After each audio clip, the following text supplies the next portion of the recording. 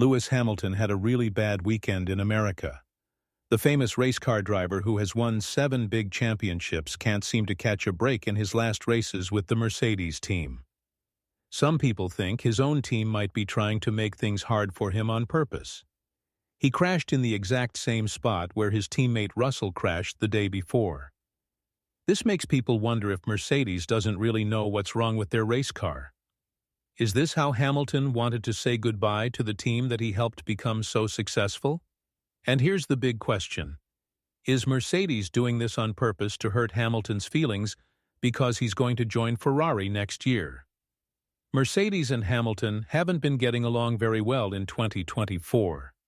Everyone knew it would be weird, because Hamilton told everyone he was leaving the team before the racing season even started.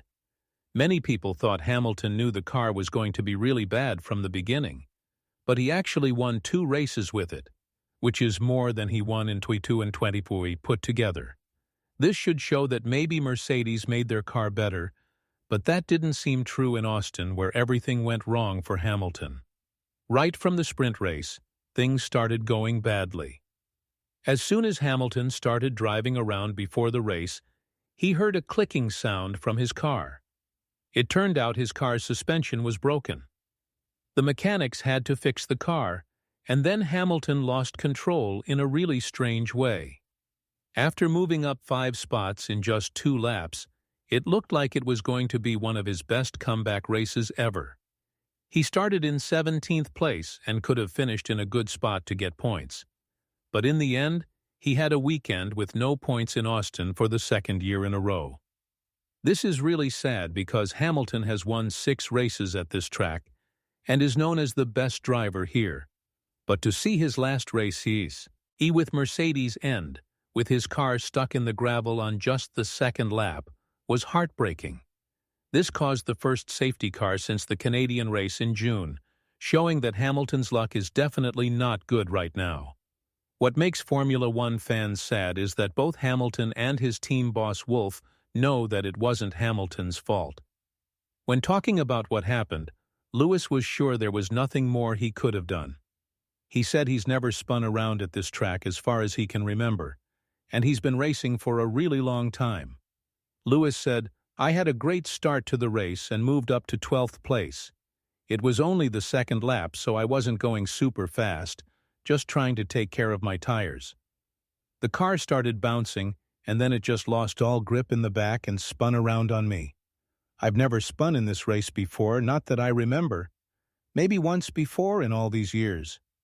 It's really frustrating, but I know it wasn't because I wasn't paying attention or anything. It's just unlucky.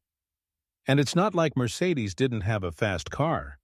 We saw that with Russell using a different strategy by starting on hard tires. Russell was able to finish 6th place and beat Perez, which was amazing since he started from the very back. You can only imagine where Hamilton would have ended up if he kept racing after the 2nd lap. He probably would have been fighting for 5th place, which would have been one of his best comeback races ever. But Mercedes, like always, decided to work on the car because there was clearly something very wrong with Hamilton's car. Hamilton praised the engineers for putting his car together so quickly, but pointed out that something was basically wrong with it. He might have been hinting that the new parts they added to the car aren't working like they should. When Hamilton got knocked out of qualifying in the first round, he was desperately asking King, his race engineer Bono, on the radio, "Where is the car's speed?" It's something that really hurts to hear as a Formula One fan, whether you like Hamilton or not. We're talking about the man who made Mercedes the successful team they are today. Even though he wasn't with the team when Schumacher and other drivers were building the foundation from 2010 to 2018, he was definitely here to be the leader who helped them achieve things that not many could have done. Austin showed us that we're talking about a driver who offered to give his teammate the upgraded version of his car so Russell wouldn't have to start from the back of the grid. But the team said no to this idea.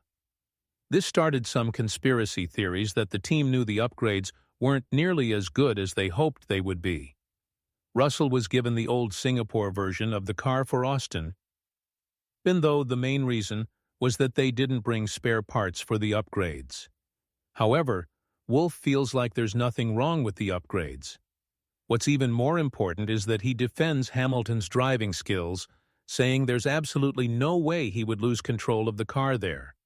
He's driven it 1,000,000 times in much more stressful situations, so it's definitely the car's fault. Wolff said, "Where I sit right now, it's definitely not Lewis's fault, and I'm not just saying that to protect him.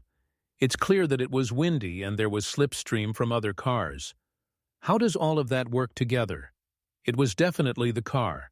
Lewis wasn't even pushing hard at that point. We saw it with George on Saturday.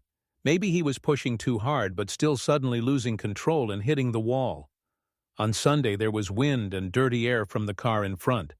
We definitely have a problem, and I don't know if the problem was the same yesterday.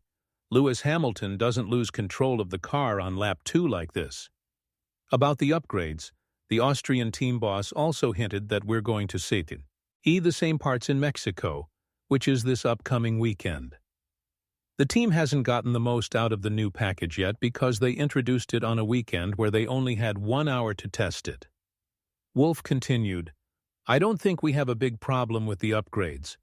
I think it's more about how different parts work together, the airflow and mechanical stuff.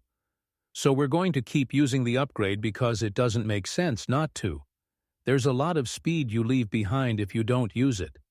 But on the other side, you need to keep an open mind. It's more about figuring out why we have a car that on Friday is by far the fastest." Before the Colapinto situation, Hamilton was 0.4 of a second faster, and the last part of the track was just trouble. But he would have been the fastest. And then on Saturday, everything changed. Allison was sure that the Austin upgrade package was going to work amazingly here. He said that the 3 weeks they had during the break were more than enough to find the car's weak spots and work on the upgrades.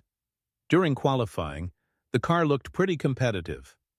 Russell missed getting the top starting position by just 1/10 of a second, while Hamilton had to slow down because of yellow flags. He was 0.4 faster than Russell when this happened. But in the end, Mercedes had to be happy with 6th place, and Hamilton not finishing the race. Hamilton will definitely have a lot to say about the situation that put him where he is now. Instead of fighting with the top drivers, Hamilton is now just 10 points ahead of Russell. You can't help but wonder how every time Mercedes tries something new, it's always with his car and not with Russell's. Whether or not this is on purpose because Hamilton is leaving the team, that's up to the team to answer. But to treat the man who brought you so many wins and championships this way definitely shows what type of team you are. This spells good news for Hamilton's future, because he'll be driving a car that finally understands what it needs to fight for race wins and championships. Even though being first overall is pretty much out of reach to win the championship, Ferrari is steadily getting better. 2025 will be a year to remember because it will be one of the most legendary driver pairs on the grid for the Ferrari team. Combined with the close competition, this will bring us a lot of excitement on the track. Hamilton understands that this might be one of his last chances to have a shot at the 8th record-breaking championship. If there's a man who will give everything he's got to grab what's in front of him, that's definitely Lewis. With all of this in mind, do you think Lewis is eagerly waiting for the time to come to join Ferrari and finally find a team that would listen to his feedback the way he wants them to? And more importantly, do you think Mercedes will be sorry that they didn't try harder to keep him? Let us know in the comments below, and once you do that, make sure to click on the video that's appearing on your screen right now.